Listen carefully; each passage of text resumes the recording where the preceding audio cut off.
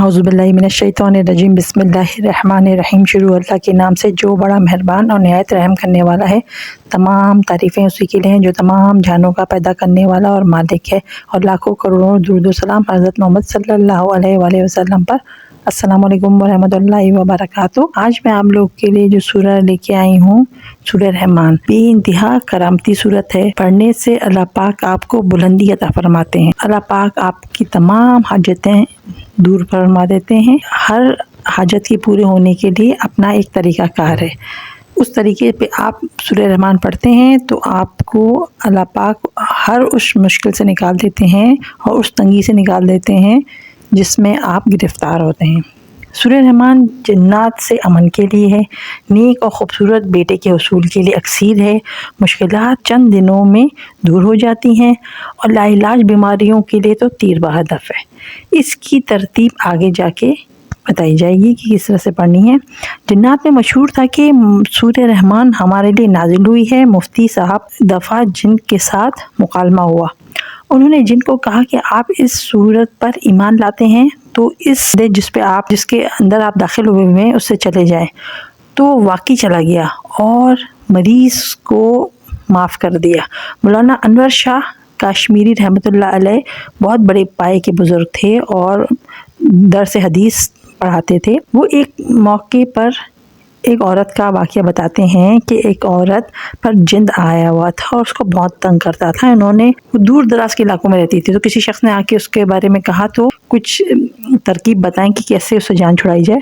तो उस शख्स को जो है हज़रत मौलाना अनवर शाह कश्मीरी ने एक ख़त लिख के दिया और उसमें लिखा कि मैंने सुना है कि आप मुसलमान हैं और हदीस रसूल सल्लल्लाहु अलैहि वसल्लम है कि मुसलमान के हाथ और ज़बान से दूसरे मुसलमान को तकलीफ़ नहीं पहुंचनी चाहिए। इसने भी वादा किया इस हदीस की वजह से आइंदा नहीं आऊँगा और तंग भी नहीं करूँगा। सूरह रहमान के मुतालिक हदीस में आया है कि अल्लाह ताला ने इसमें बंदों के साथ दिल लगी की है, जिसे आम फहम ज़बान में हम मफ़हूम गपशप का भी ले सकते हैं। मुख्तलिफ़ नेमतें देने का इज़हार और वादा भी है इसमें।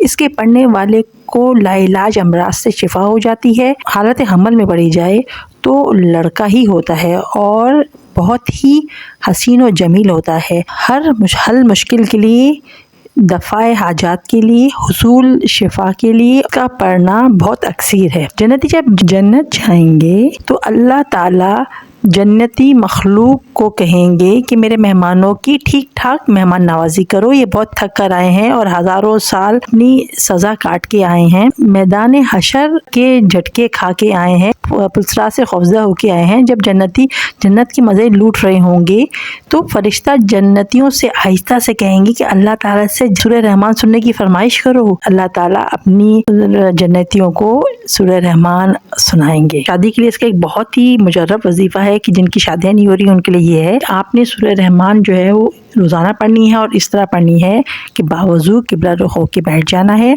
और सूरह रहमान शुरू करनी है। और जब आप पहुँचेंगे फ़बीअय्यि आलाइ रब्बिकुमा तुकज़्ज़िबान, तो इसको आपने 3 मरतबा दोहराना है इस आयत को। और इसी तरह जब हर मरतबा जब आप इस आयत पे पहुँचेंगे तो आपने उसकी तकरार करनी है 3 मरतबा। ठीक है, ये आपने अव्वल आखिर 11 मरतबा दुरूद शरीफ के साथ पढ़ना है। जब आपने सूरह रहमान ख़त्म करेंगे तो उसके बाद अपने अल्लाह पाक से अपने मकसद के लिए दुआ कर लेनी है। ठीक है, लाइलाज अमराज के लिए इस तरह पढ़ना है। लाइलाज अमराज जब किसी के लिए कैंसर है, हेपेटाइटिस है, इसमें हर मर्ज़ की शिफा है। ठीक है, तो अपने सामने आपने पानी रख लेना है ग्लास में या किसी शीशे की बोतल में। उसका तरीका ये है कि आपने सूरह रहमान ऊँची आवाज़ से पढ़नी है। ठीक है, ऊंची आवाज़ से जो आप पढ़ेंगे और पानी पर दम करते हैं, पानी जो है वो उसकी फितरत है कि वो असर लेता है। कि जापानी साइंटिस्ट ने इस पर रिसर्च भी की थी। पानी को सामने रख के उस पर कुरानी अल्फाज या अच्छे कलमात पर टेस्ट किया, MRI किया उस पानी। जब वो उसका MRI किया तो उसमें खूबसूरत क्रिस्टल बने हुए थे। जब उन्होंने पानी को दोबारा रखा अपने सामने और उस पर बुरे कलमात पड़े और उस गालम गलोच और इस तरह के गलत अल्फाज इस्तेमाल किए, फिर उसका MRI किया तो उसमें खौफनाक और अजीब व गरीब शक्लें बनी हुई थी। कहने का ये मकसद है कि जब इस पे सूरह रहमान पढ़ी जाती है तो ایسے حسین کرسٹل اس میں بنے ہوئے تھے کہ انہوں نے پھر اس کو تجزیہ کی، اس پانی کو انہوں نے اپنے کینسر کے، ہیپیٹائٹس کے مریضوں کو پلایا تو وہ ایسے شفایاب ہو گئے، دوا نے ایسا اثر کیا اس پانی کے ساتھ، ڈاکٹر بھی حیران تھے کہ وہ کچھ دنوں میں ہی صحت یاب ہو کے لا علاج بیماریوں سے نکل۔ طریقہ یہ ہے کہ صبح شام پڑھنی ہوتی ہے لا علاج امراض کے لیے، پانی پہ دم کرنے کے لیے۔ صبح شام آپ نے دم کرنا ہے پانی پہ۔